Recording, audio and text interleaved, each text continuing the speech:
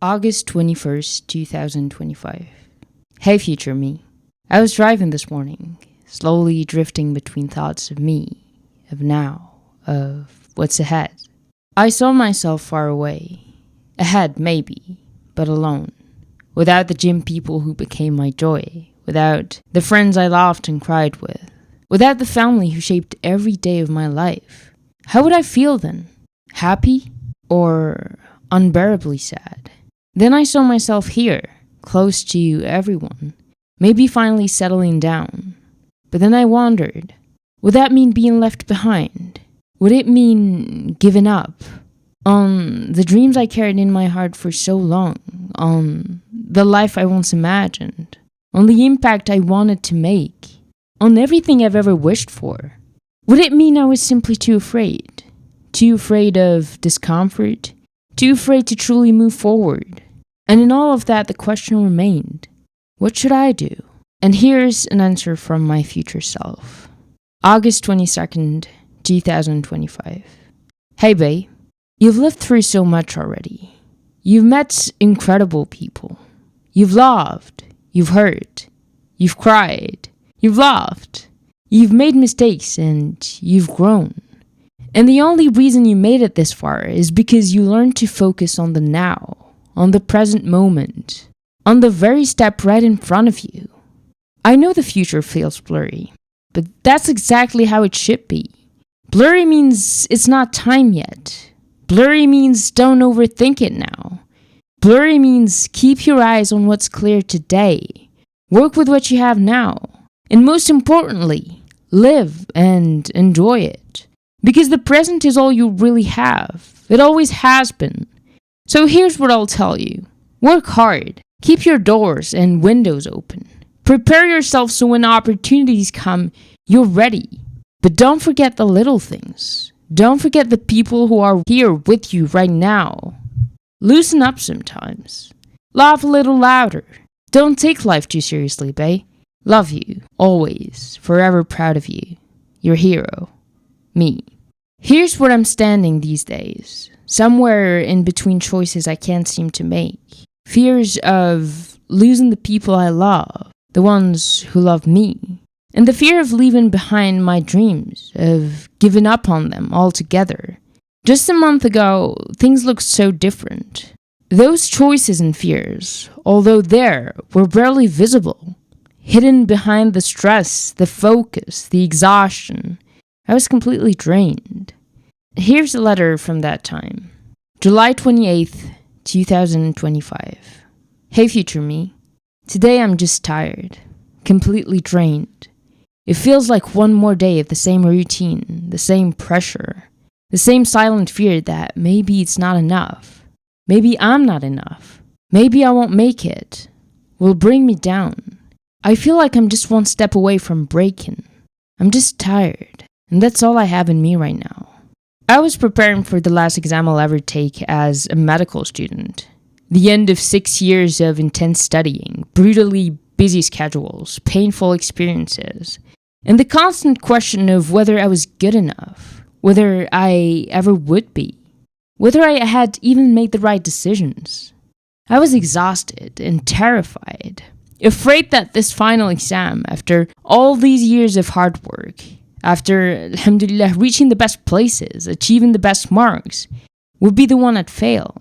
I was so close to the finish line, yet so scared of stumbling right before it. This is a depiction of those feelings written the day before my last exam. A letter from my future self. July 29th, 2025. Hey bae, here we are. Tired, at the edge of giving up. Smudged with dirt, soaked in pain. But we've worked hard, really hard, to get here. To this exact moment. The eve of the end, or something like that. It's scary. It's exciting. It's confusing. It's new. Tomorrow, inshallah, you'll walk into that room and ace the last exam you'll ever take as a medical student. And you will never live that day again. Not in the same way. Not with the same heartbeat, the same eyes, the same weight on your shoulders. So please, let go of the fear of messing up the last one. Let go of the what ifs, the maybes, the I should have studied more that are chasing you tonight. Focus on this moment, on which you're living right now, because this might be the last time you live it exactly this way. I'm praying for you, Dunya, for you and for every soul sitting in that room tomorrow. Love you, always, forever proud of you, your hero, me. And I did. I took that exam. I paid attention to the weight of it being the last, and I passed with flying colors, alhamdulillah. For the first time in years, I finally felt free. Free after endless hours of studying, after burnouts, doubts, and sacrifices. Free after constantly pushing aside the things I enjoyed. The dreams I kept postponing. This is the letter I wrote on the day it was all finally over. July 30th, 2025. Hey future me. Today I'm done. Done with the stress. Done with the waiting. Done with whatever it was that held me back. From doing. From living. From resting. From simply sleeping. Today I'm finally free. A free woman after 6 long years of work. Of studying. Of holding it all together. Of emotional storms I couldn't always name. Of pain I often smiled through. But am I really free? Or is this just the first step into something harder? Or something better? Is this the beginning of the end? Or the end of the beginning? Whatever it is, today I let myself breathe. Today I let myself feel it. Relief. Release. Freedom. Today I made it, alhamdulillah. And for now, that's more than enough. And after that, alhamdulillah, I had the chance to go to one of the most beautiful, welcoming cities I've ever known, London. It was incredible. A place where it didn't matter who you were or where you came from. You were welcomed. Welcome to live there, to experience its rhythm, its beauty, its endless possibilities. To belong. These are some of the things I felt there, the lessons I learned, and the decisions that London inspired me to carry into the rest of my life. August 3rd, 2025, London. Hey future me. I'm sitting here enjoying this beautifully healthy breakfast, watching the quiet magic of a London morning unfold, through a window framed by red brick walls. And I can't help but wonder, what is it about the city that makes my heart skip a beat? That makes me want to stay? To work harder just to belong here? Is it the soft elegance of the street? The charm of posh cafes? The way music spills out into the sidewalks on a Saturday night? Maybe. But I think it's something quieter than that. It's in the crowd. The girl with the blonde curls walking alongside her friends, each one a different shade of the world. It's in their voices, different accents, different cultures, but all talking about the same things, laughing about the same jokes, learning from one another like it's the most natural thing. It's in that unspoken unity, people dancing under the same sky, hearts beating in rhythm, languages blending into music. That's what I want, Dunya. To live in a place like this, not just to exist in it, but to grow in it, to meet the world as it truly is, and let it change me gently into who I was always meant to become. Here's another one about the things I've learned there. And today, yes, I'm going to spam you with my letters. Hey future me. I'm sitting here in the English library, looking at a book about how doctors once relied on astrology to practice medicine. Things we now consider nonsense. And I can't help but think, we're all going to make mistakes. We'll be fools sometimes. Say things far from the truth. And that's okay. That's progress. Because without trial and error, there's no growth. Without failure, there's no invention. Without daring to look foolish, there's no technology, no future. So try, Dunya. Do the things that seem silly or impossible. Do them anyway. But even with all of that, the questions never left me. What do I really want to do with my life? My 7th year of medical school was about to begin. finally treating patients, finally being a doctor, though still under the guidance of more experienced hands. But beyond that, I had to think a little further down the road, because what I wanted from my future would shape how I spent this year. And the question is, what should I do? Should I stay here in Algeria, close to my family, close to the people I love, close to the community that has stood beside me for 24 years? Serve the country I owe so much to, the country I want to give back to. But if I choose that, it might mean letting go of so many dreams. Dreams of research, of discovery, of development, of learning from the world, of acquiring every piece of knowledge I can. Or should I chase those dreams, pursue the future, the technology, the endless possibilities, and maybe one day bring it all back? But then, what if that choice means letting go of the people who makes my day brighter? And that's where the doubt deepens. What's the purpose? What is the real goal of life, beyond the spiritual one, of course? Is it growth? Learning? Traveling the world and knowing it? Or is it love? Family? Friends? A life built less on ambition and more on connection? And as I sat with those questions, unsure, a brief answer, or what felt like the beginning of one, came to me. Sitting on a bench in Hyde Park. And as always, it came to me in the form of a letter to my future self. August 7th, 2025. Hey, future me. I'm staying here for a couple of days. A place where the culture seems to breathe growth into you. Where people move forward, hand in hand. Where tall business buildings lean over as if smiling, as if offering a hand straight from the sky. Whispering, you will work hard, but you will work better. And I realize it's not just about wanting to come here. It's not even about the idea of spending long hours, doing the same tasks for others, just in a shinier environment. It's about choice. It's about freedom. The freedom to be here and give my all. The freedom to leave and explore something completely different. The freedom to stay still and do nothing at all. That's what I want my future to be about. Having the choice and the freedom. Always. And in that moment, I understood something about myself. The choice I wanted to make, the path I longed to take, was the one of freedom. Whatever that freedom meant, the freedom to go abroad, to explore, to be ambitious, to create, to achieve incredible things. But also the freedom to come back, to return to Algeria, to stay close to the people I love, and to serve my community in the way only I can. I want the choice, a choice that allows me to chase dreams without losing the roots that shape me, and still to create beauty along the way.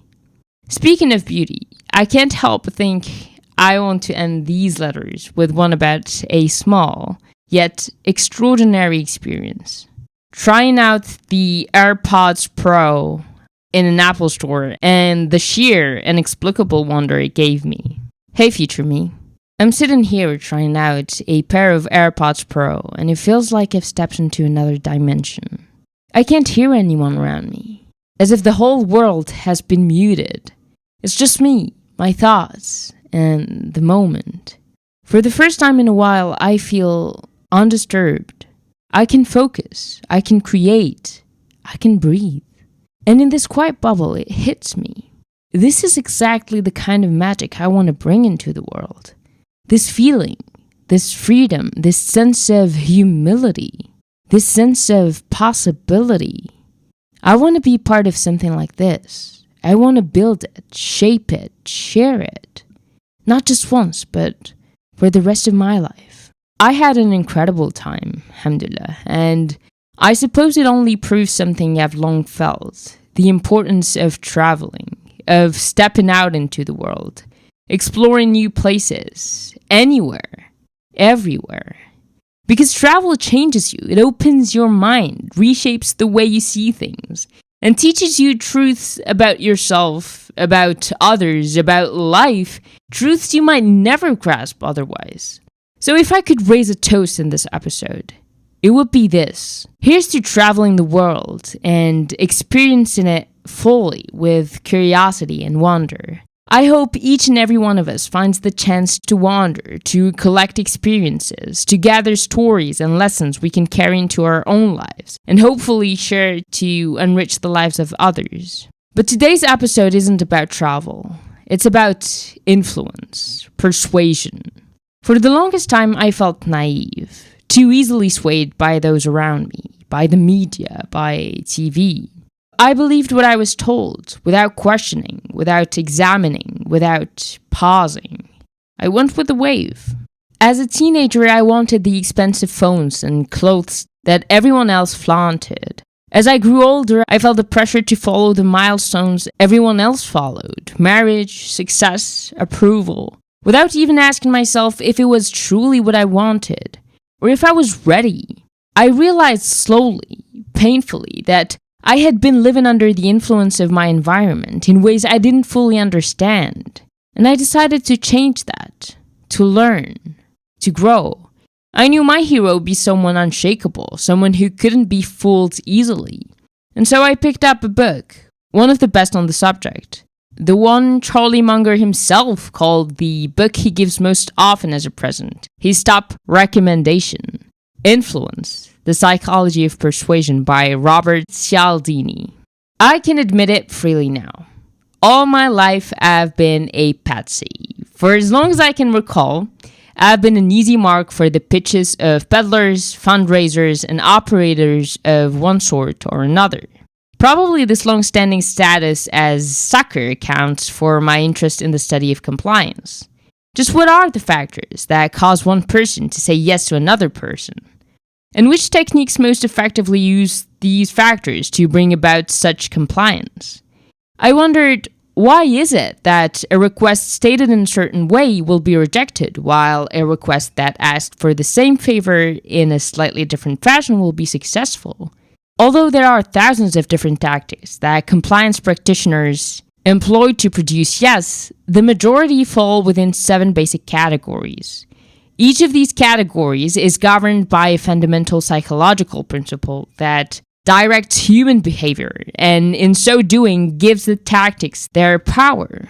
The book is organized around these 7 principles, 1 to a chapter.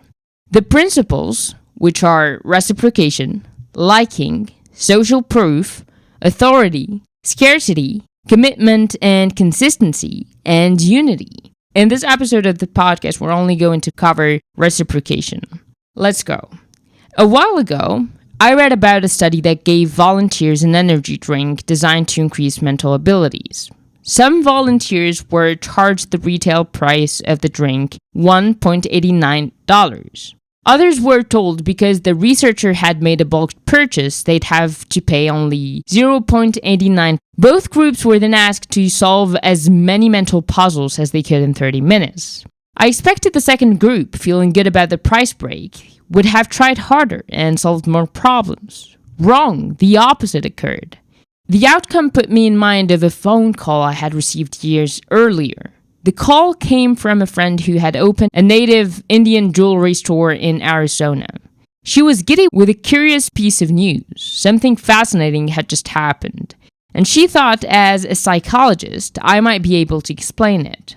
The story involved a certain allotment of jewelry she had been having trouble selling.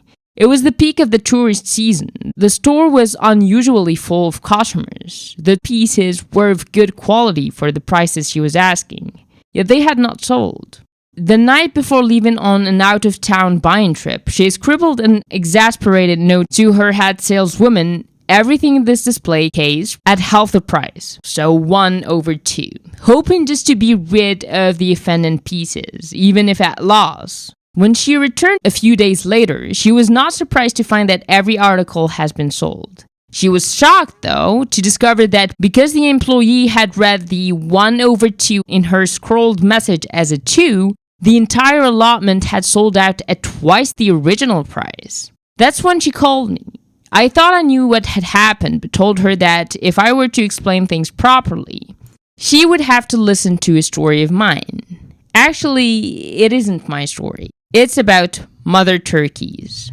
Ethologists, researchers who study animal behavior in the natural environment, have noticed that among many animal species, behavior often occurs in rigid and mechanical patterns, called fixed action patterns. These mechanical sequences are noteworthy in their similarity to certain automatic click and run responses by humans. For both humans and subhumans, the automatic behavior patterns tend to be triggered by a single feature of the relevant information in the situation. This single feature or trigger feature can often prove valuable by allowing an individual to decide on a correct course of action, without having to analyze carefully and completely each of the other pieces of information in the situation. This parallel form of human automatic action is aptly demonstrated in an experiment by Harvard social psychologist Ellen Langer. A well-known principle of human behavior says that when we ask someone to do us a favor, we will be more successful if we provide a reason. People simply like to have reasons for what they do. Langer demonstrated this unsurprising fact by asking a small favor of people waiting in line to use a library copying machine. "Excuse me, I have 5 pages. May I use the Xerox machine because I'm in a rush?" The effectiveness of this request plus reason was nearly total. 95% of those asked let her skip ahead of them in line. Compare the success rate to the results when she made the request only. "Excuse me, I have 5 pages. May I use the Xerox machine?" Under those circumstances, only 60% of those asked complied. At first glance, it appears that the crucial difference between the two requests was the additional information provided by the words "because I'm in a rush." But a third type of request tried by Langer showed that this was not the case. It seems that it was not the whole series of words, but the first one, "because," that made the difference. Instead of including real reason for compliance, Langer's third type of request used the word "because" and then added nothing new, merely restated the obvious. "Excuse me, I have 5 pages. May I use the Xerox machine because I have to make some copies?" The result was that once again nearly all, 93%, agreed, even though no real reason, no new information was added to justify their compliance. The word "because" triggered an automatic compliance. Consider the strange behavior of those jewelry store customers who swooped down on an allotment of pieces only after the items had been mistakenly offered at double their original prices. The customers, mostly well-to-do vacationers with little knowledge of turquoise, were using a standard principle, a stereotype, to guide their buying: expensive equal good. In fact, automatic stereotyped behavior is prevalent in much of human action because in many cases it is the most efficient form of behaving. And in other cases it is simply necessary. You and I exist in an extraordinarily complicated stimulus environment. To deal with it, we need shortcuts. The profiteers can commission the power of these principles for use against their targets while exerting little personal force. An example is in order. There is a principle in human perception which affects the way we see the difference between two things that are presented one after another. If the second item is fairly different from the first, we tend to see it as being more different than it actually is. So if we lift a light object first and then lift a heavy object, we estimate the second object as being heavier than we would have estimated it if we have lifted it without first lifting the light one. Relatedly, if we are talking to an attractive individual at a party and are joined by a comparatively less attractive one, the second will strike us as being less attractive than he or she actually is. Be assured, the nice little lever of influence provided by the contrast principle does not go unexploited. The great advantage of the principle is not only that it works, but also that it is virtually undetectable. Retail clothiers offer a good example. Suppose a man enters a fashionable men's stores to buy a suit and a sweater. If you were the salesperson, which would you show him first to make him likely to spend the most money? Clothing stores instruct their salesperson to sell the costly item first. Common sense might suggest the reverse. If a man has just spent a lot of money to purchase a suit, he might be reluctant to spend much more on the purchase of a sweater, but the clothiers know better. They behave in accordance with what the contrast principle advises. Sell the suit first, because when it comes time to look at sweaters, even expensive ones, their prices will not seem as high in comparison. Presenting an inexpensive product first and following it with an expensive one makes the expensive item seem even more costly, hardly a desirable consequence for sales organizations. Here's another great example of the contrast principle. Dear Mother and Dad, since I left for college, I have been remiss in writing, and I am sorry for my thoughtlessness in not having written before. I will bring you up to date now, but before you read on, please sit down. You are not to read any further unless you are sitting down, okay?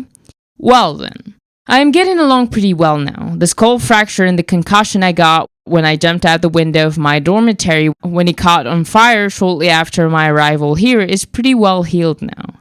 I only spent 2 weeks in the hospital and now I can see almost normally, and only get those sick headaches once a day. Fortunately, the fire in the dormitory in my jump was witnessed by an attendant at the gas station near the dorm, and he was the one who called the fire department and the ambulance. He also visited me in the hospital, and since I had nowhere to live because of the burnout dormitory, he was kind enough to invite me to share his apartment with him. It's really a basement room, but it's kind of cute. He's a very fine boy, and we have fallen deeply in love, and are planning to get married. We haven't got the exact date, but it will be before my pregnancy begins to show. Yes, Mother and Dad, I am pregnant. I know how much you are looking forward to being grandparents, and I know you will welcome the baby and give it the same love and devotion and tender care you gave me when I was a child. The reason for the delay in our marriage is that my boyfriend has a minor infection which prevents us from passing our premarital blood tests, and I carelessly caught it from him. Now that I have brought you up to date, I want to tell you that there was no dormitory fire, I did not have a concussion or skull fracture, I was not in the hospital, I am not pregnant, I am not engaged, I am not infected, and there is no boyfriend. However, I'm getting a D in American history and an F in chemistry, and I want you to see those marks in their proper perspective. Your loving daughter, Sharon. Sharon may be failing chemistry, but she gets an A in psychology. Let us now start with the first principle from this book, which is reciprocation. A few years ago, a university professor tried a little experiment. He sent Christmas cards to a sample of perfect strangers. Although he expected some reaction, the response he received was amazing. Holiday cards addressed to him came pouring back from the people who had never met nor heard of him. The great majority of those who returned a card never inquired into the identity of the unknown professor. They received his holiday greeting card. Click and where, they automatically sent one in return. While small in scope, this study nicely shows the action of one of the most potent of the weapons of influence around us, the rule for reciprocation. The rule says that we should try to repay in kind what another person has provided us. There is no human society that does not subscribe to the rule. Although obligations extend into the future, their span is not unlimited, especially for relatively small favors. The desire to repay seems to fade with time, but when gifts are of the truly notable and memorable sort, they can be remarkably long-lived. To understand how the rule for reciprocation can be exploited by one who recognizes it as the source of influence it certainly is, we might closely examine an experiment performed by Professor Dennis Reagan of Cornell University. A subject who participated in the study found himself rating, along with another subject, the quality of some paintings as part of an experiment on art appreciation. The other rater, we can call him Joe, was only posing as a fellow subject and was actually Dr. Reagan's assistant. For our purposes, the experiment took place under two different conditions. In some cases, Joe did a small, unsolicited favor for the true subject. During a short rest period, he left the room for a couple of minutes and returned with 2 bottles of Coca-Cola, one for the subject and one for himself. In other cases, Joe did not provide the subject with a favor. He simply returned from the 2 minutes break empty-handed. In all other respects, however, Joe behaved identically. Later on, after the paintings had all been rated and the experimenter had momentarily left the room, Joe asked the subject to do him a favor. He indicated that he was selling raffle tickets for a new car, and that if he sold the most tickets, he would win a $50 prize. Joe's request was for the subject to buy some raffle tickets at 25 cents apiece. Without question, Joe was more successful in selling his raffle tickets to the subject who had received his earlier favor. Apparently feeling that they owed him something, these subjects bought twice as many tickets as the subject who had not been given the prior favor. One of the reasons reciprocation can be used so effectively as a device for gaining another's compliance is its power. Some evidence of how the rule's force can overpower the influence of other factors that normally determine whether a request will be complied with can be seen in the second result of the Regan study. Regan was also interested in how liking for a person affects the tendency to comply with that person's request. To measure how liking towards Joe affected the subject's decision to buy his raffle tickets, Regan had them fill out several rating scales indicating how much they liked Joe. He then compared their liking responses with the number of tickets they had purchased from Joe. There was a significant tendency for subjects to buy more raffle tickets from Joe the more they liked him, but this alone is hardly a startling finding. Most of us would have guessed that people are more willing to do a favor for someone they like. The interesting thing about the Regan experiment, however, is that the relationship between liking and compliance was completely wiped out in the condition under which subjects had been given a Coke by Joe.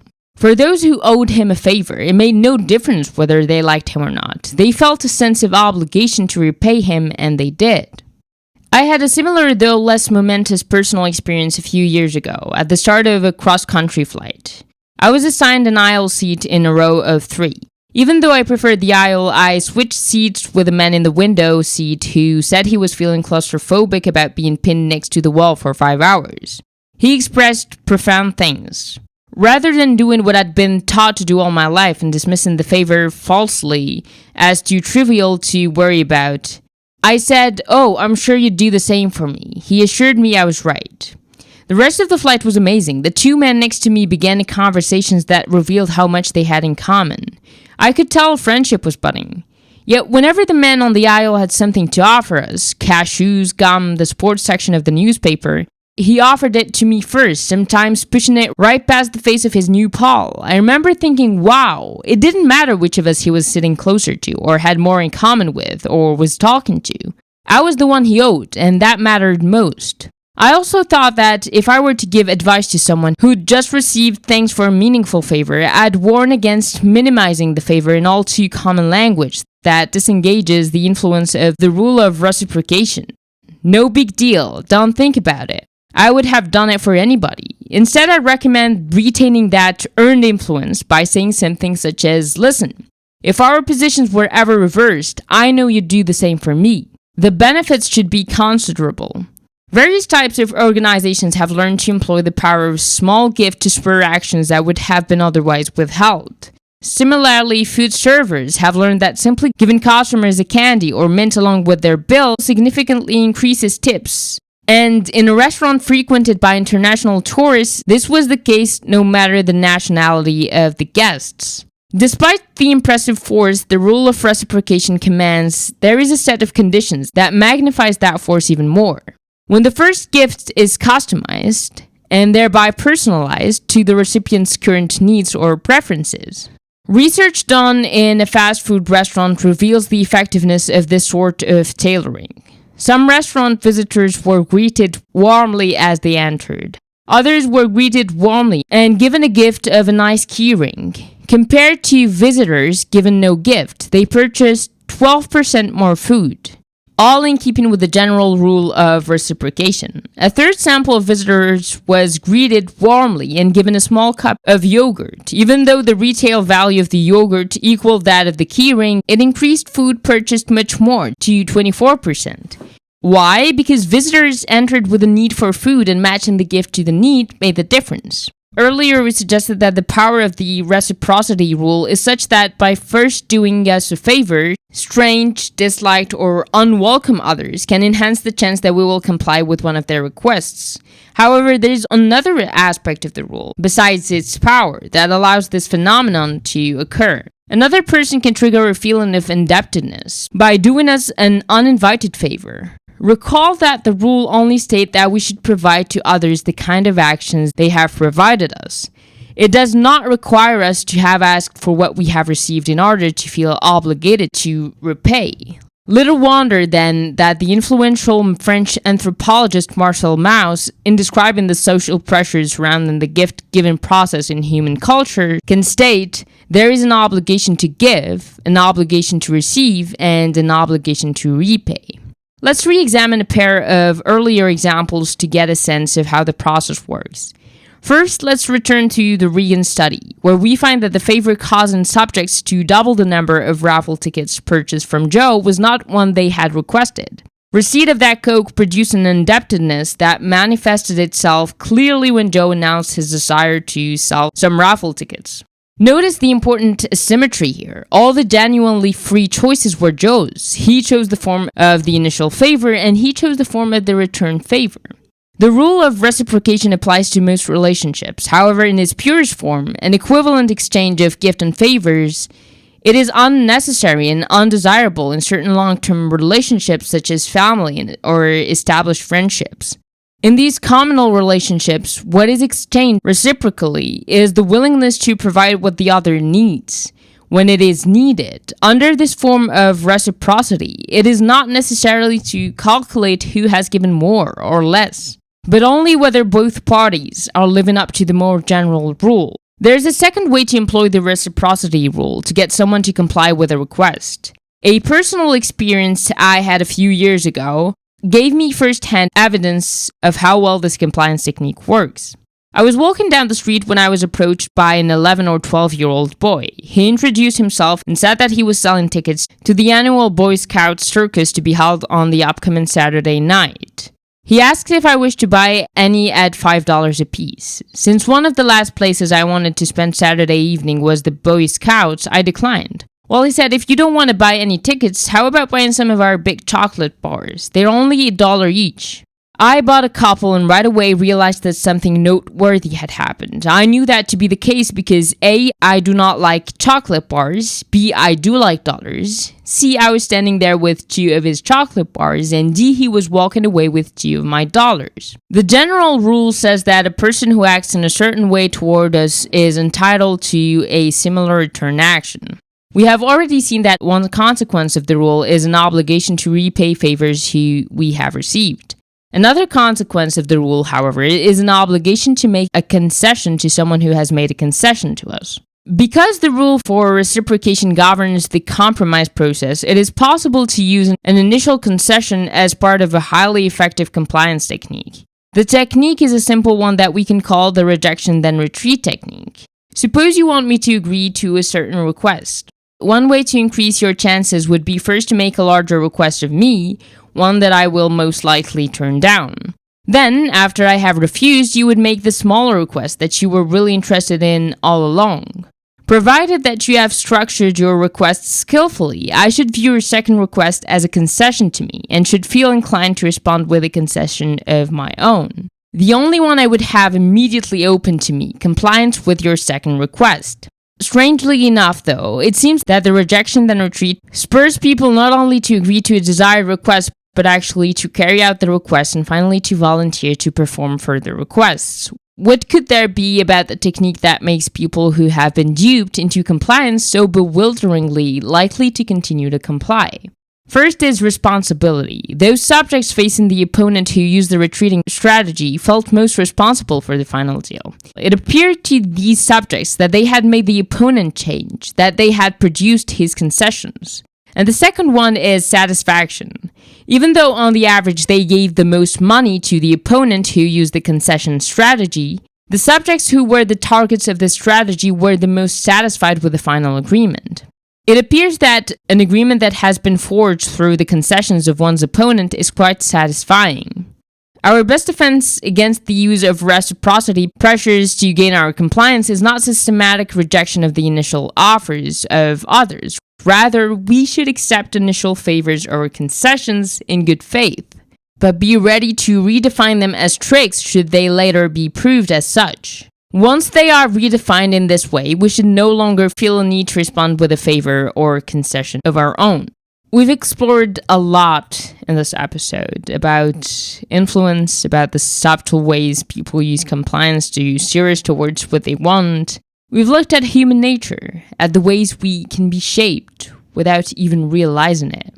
And so I'd like to close this episode with one final letter. August 25th, 2025. Hey, future me.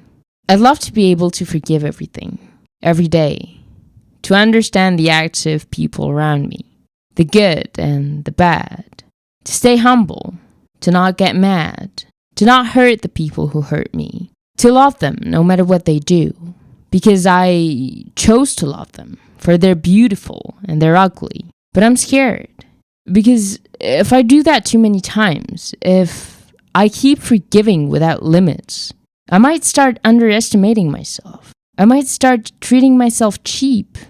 I might give people the chance to undervalue me, and I'll end up hurt. I want to take care of people. I want to love unconditionally. But I also know at some point, I'll have to love myself too, because no one else can do that for me. So I'll forgive freely, but never at the cost of forgetting my own worth. That is where I'll leave it. If you haven't yet subscribed to the podcast or YouTube channel, I'd really appreciate it if you did. Your support goes a long way in motivating me to keep chasing my hero and sharing this journey with you. Thank you so much for tuning in, and until next time, take care and keep chasing your hero.